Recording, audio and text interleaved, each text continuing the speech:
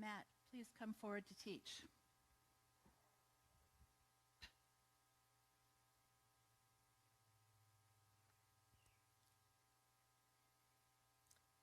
My name is Matthew Ategeka, and I have two verses. The first one is 1 Timothy chapter 2, verse 8 to 15.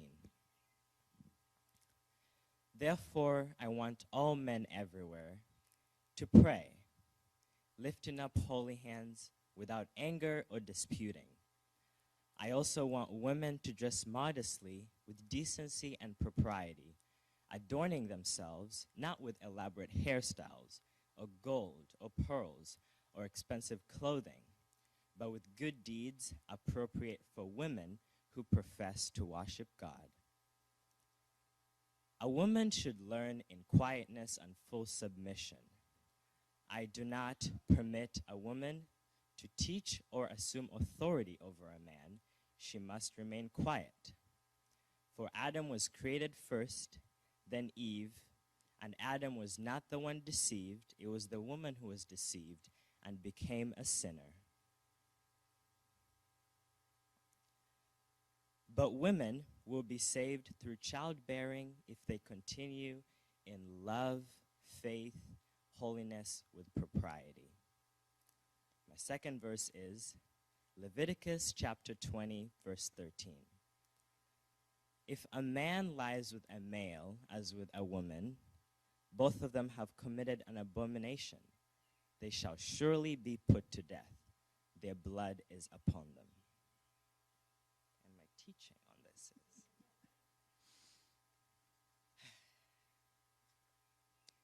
so those verses that I just read to you guys are what typically drives me away from the church. And I know what you might be thinking, that these are old ideas. I do not believe that. My community doesn't believe that. These are ideas from the past that we don't believe anymore. I don't believe those verses either. But these verses might not be true in your community, in the church that you go to. But these are still used and believed by many people around the world who use them to point fingers and put people down and oppress others.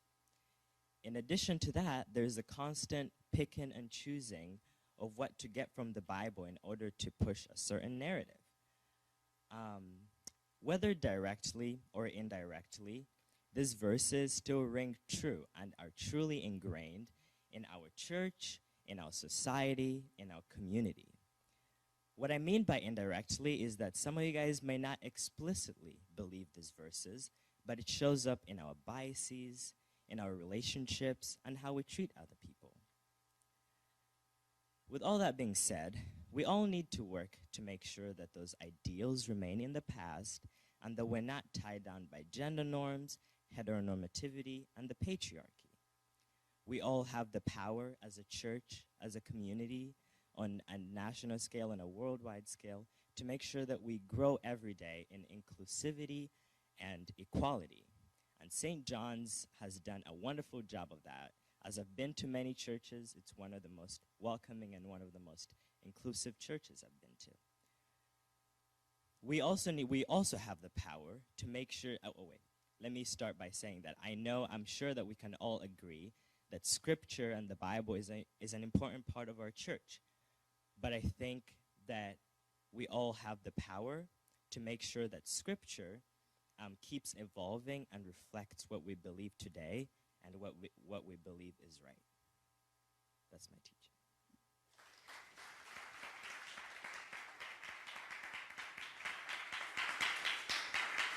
Closer.